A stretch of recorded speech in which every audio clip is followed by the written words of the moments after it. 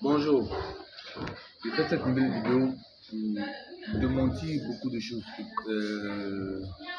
notamment ceux qui se donnent des moyens colossaux qui sont plus ou moins antichrist à la base. Ça, c'est l'origine même. Voilà, casser l'antichrist en fait. C'est-à-dire que les paroles de Dieu sont là.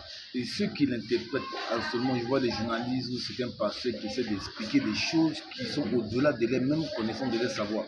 C'est-à-dire que si tu n'as pas pour vocation, je pense que la parole de Dieu ne s'enseigne pas en fait. Voilà. Voilà, pour pas aller à l'école pastorale ou, c'est pas moi, étudier quelque chose qui n'a pas besoin d'être étudié. Et que c'est Dieu qui donne sa connaissance aux gens qui choisissent.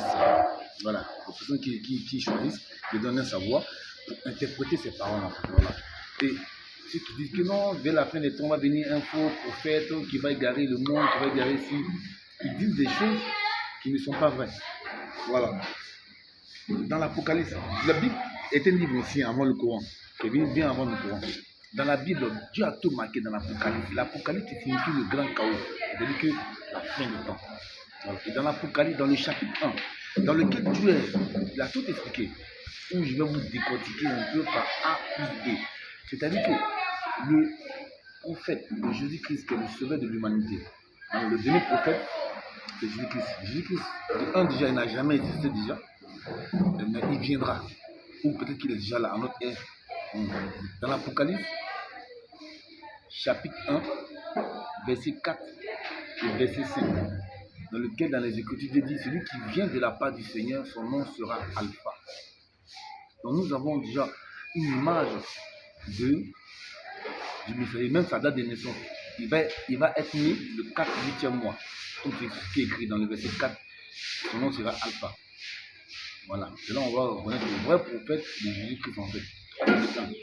Maintenant, dans le dernier chapitre, dans le chapitre 20 de l'Apocalypse, ça parle de deux sortes d'animaux, c'est-à-dire que des esprits démoniaques et sataniques en fait, c'est-à-dire que le dragon et le serpent. Et que c'est Jésus-Christ, lorsqu'il viendra, il sera combattu par un gros serpent, avec des démons qui sont autour de lui. Voilà, il y a ça aussi. Et le diable aussi, dans le chapitre 20, Dieu donne aussi une image, c'est-à-dire que l'homme de Dieu, ce Jésus-Christ-là, il va être attaqué. Le diable va appeler tous ses alliés du monde entier. C'est-à-dire de la Palestine, de l'Europe, ils vont arriver dans l'ombre pour le combattre. Voilà. Et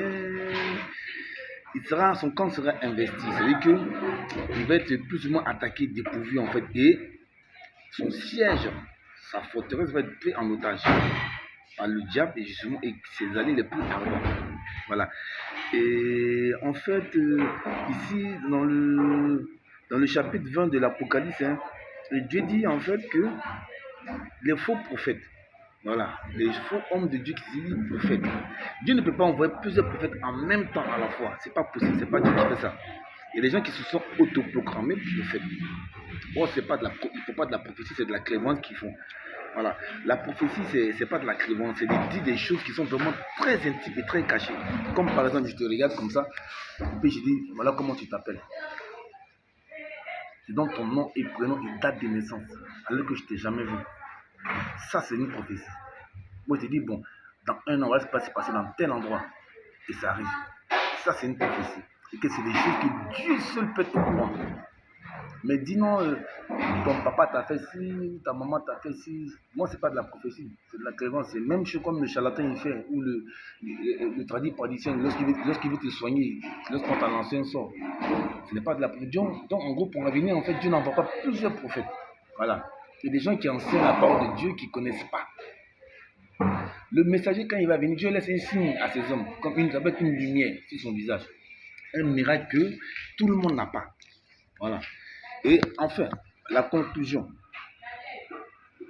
dans le chapitre 21 de l'Apocalypse, non, le chapitre 22, où Dieu a reconclu encore, dans le verset 13, je suis Alpha, le premier et le dernier.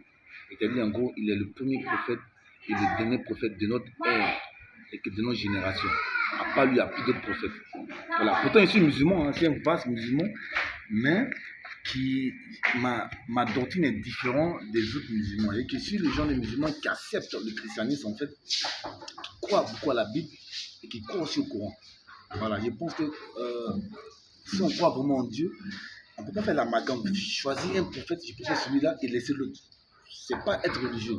Et la plupart des gens qui contredisent, qui discutent à la fin de Dieu, la plupart ils ne connaissent pas Dieu, ils ne croient pas en Dieu en fait. Voilà. Tu ne peux pas en vouloir une personne, tu n'es pas croire en Dieu.